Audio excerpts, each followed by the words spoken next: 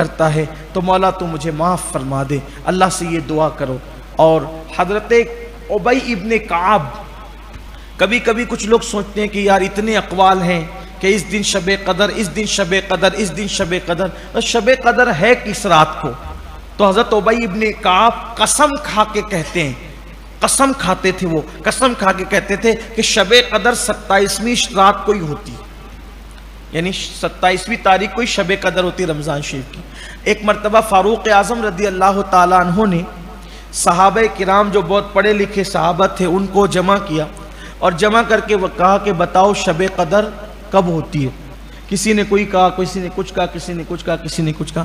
حبر الامہ سید المفسرین عبداللہ ابن عباس رضی اللہ تعالیٰ چپ تھے، خاموش تھے۔ فاروق اعظم نے کہا اے ابن ام رسول، اے رسول اللہ کے چچا کے بیٹے، آپ کیوں نہیں کہتے؟ آپ پہ کوئی پابندی تو نہیں، آپ بھی کچھ کہو۔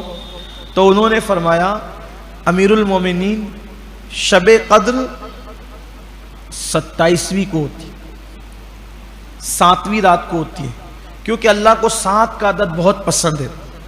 7 آسمان بنائے، 7 زمین بنائی، 7 دن بنائے، اسی طرح سے شیطان کو کنکری مارنا ہے تو بھی 7، اس طرح انہوں نے 7 قرآن کی منزلیں 7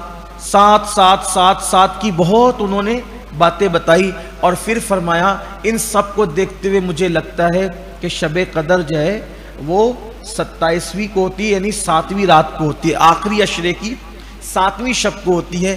اور پھر آپ فرماتے ہیں کہ دیکھو جو اللہ نے قرآن میں لیلۃ القدر بیان کیا نا، لیلۃ القدر، تو یہ لیلۃ القدر کے حروف ہوتے ہیں کل 9۔ لیلۃ القدر کے حروف کتنے ہوتے ہیں؟ ابن عباس کہتے ہیں 9، اور یہ پوری صورت میں کتنی مرتبہ آئے ہیں؟ 3 مرتبہ۔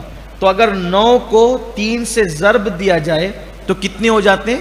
27۔ تو کہا قرآن خود بھی اشارہ کر رہا ہے کہ شب قدر 27 کو ہوتی ہے۔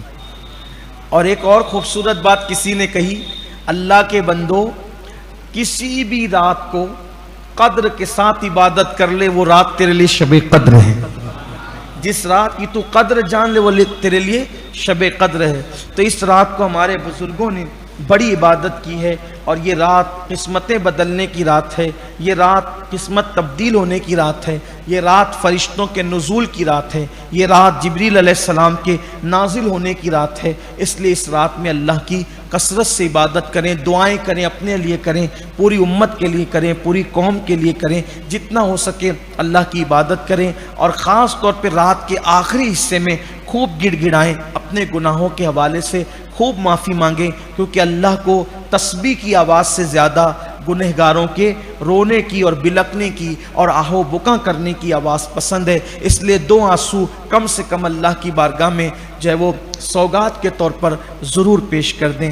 اللہ تعالیٰ سے دعا ہے کہ اللہ تعالیٰ اس مبارک رات میں ہماری بھی مغفرت فرمائے، ہم سب کی اور پوری امت کی مغفرت فرمائے، اور اللہ سب کی تمام جائز تمنائیں اور مرادیں پوری فرمائے۔ جس کے دل میں جتنی مرادیں ہیں اللہ تمام مرادیں پوری فرمائے۔ اللہ پوری دنیا سے کرونا کا خاتمہ فرما دے، جتنی رکاوٹیں سب رکاوٹیں دور کر دے۔ اللہ سب کی تجارت میں برکت دے، کاروبار میں برکت دے، سب کی عمر میں، علم میں، عمل میں برکتیں عطا فرمائے۔ اللہ ماہ رمضان شریف کی بہاریں صحت و تندرستی اور عبادت کی توفیق کے ساتھ آئندہ سال ہم سب کو پھر سے نصیب فرمائے۔ جن کی بیٹیوں کو رشتے نہیں ہیں اللہ تعالیٰ ان کے لیے اچھے رشتوں کا انتظام فرمائے۔ جن میاں بیوی میں اختلافات ہیں اللہ تعالیٰ ان سب کے اختلافات کو دور فرما دے۔ جن کی اولاد ماں باپ سے دور رہتی ہے اللہ ان اولاد کو ماں باپ کا وفادار اور فرما بردار بنا دے۔ جو لا ولد ہے اللہ ان کو بیٹے عطا فرمائے۔ جن کی صرف بیٹیاں اللہ تعالیٰ ان کو بیٹے نصیب فرمائے، اور جن کے جو بھی معاملات رکے ہوئے اللہ تعالیٰ ساری رکاوٹیں دور فرما دے۔ اب آئیے چونکہ اختتام کا وقت ہے، میں یہ چاہتا ہوں